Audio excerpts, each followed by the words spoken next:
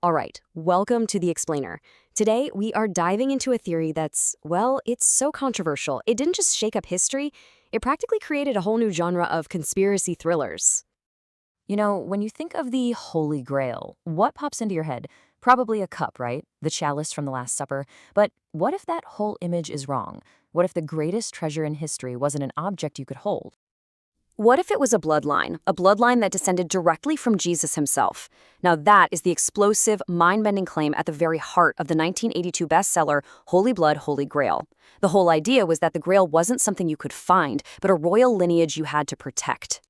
Okay, so let's get right into it. The theory kicks off with a premise that's, well, it's pretty simple on the surface, but its implications are absolutely world-altering. Jesus got married to Mary Magdalene, and they had kids. So here's how the story goes.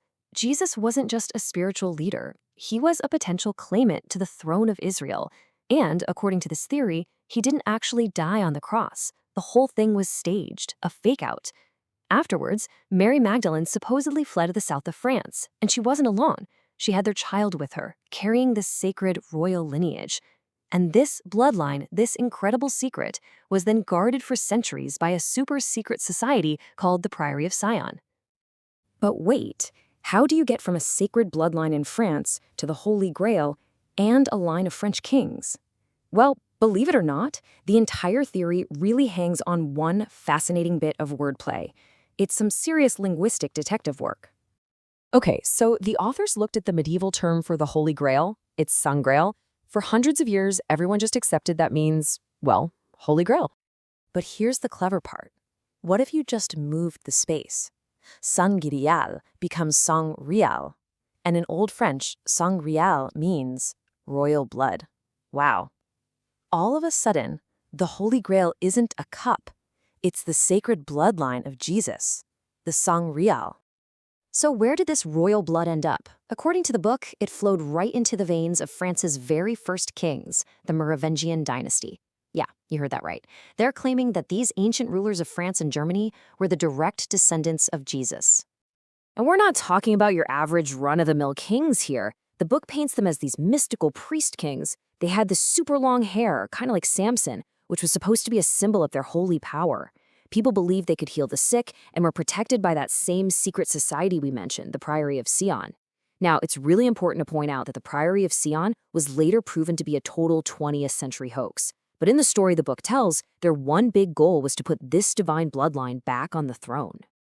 So you might be wondering, how on earth did the authors connect all these dots? I mean, Grail legends, French kings, secret societies, it seems like a huge leap, right? Well, it all comes down to their, let's call it a very unusual approach to history. Yeah, instead of just sticking to the hard facts and proven records, they championed something they called a speculative approach. The idea was that if you weave together myths, legends, and even rumors with the actual historical records, you can uncover a deeper, hidden truth. So for them, a poem about the Grail from the Middle Ages could actually shed light on the real life of Jesus.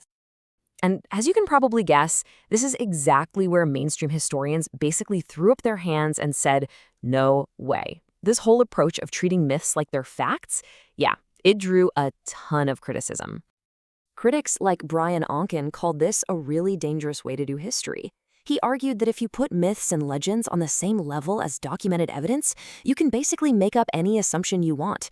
You start with a conclusion and then just look for things that seem to fit, instead of building a theory from the ground up with actual facts.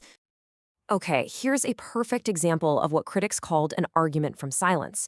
The authors couldn't find any record of a specific Merovingian prince's death. Now, for a historian, that just means we don't have a record. But for the authors, the absence of a record was proof of a cover-up. They concluded he must have survived in secret. I mean, why else would his death be totally erased from history? But for professional historians, that's a huge no-no. You can't use a lack of evidence as evidence. The whole theory really boils down to one critical point.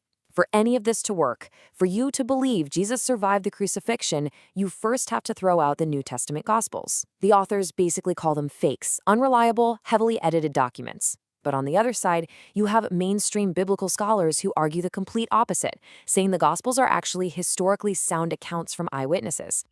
And what's more, critics point out that the theory has to conveniently ignore or just dismiss some really key details from the Bible that completely contradict it. Like, for instance, in the Gospel of John, which the authors themselves actually use as a source, it explicitly says a Roman soldier stabbed Jesus in the side with a spear. That's a wound that would absolutely ensure death, making a staged crucifixion pretty much impossible. So, where does that leave us?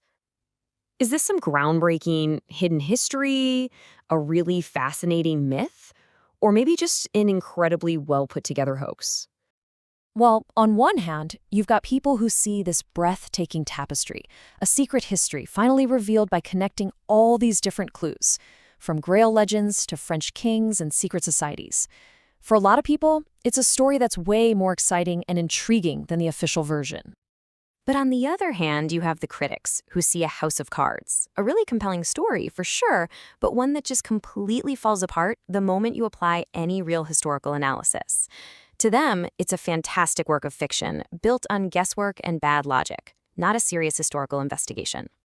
But here's the thing, whether it's fact or fiction, you absolutely cannot deny the book's impact.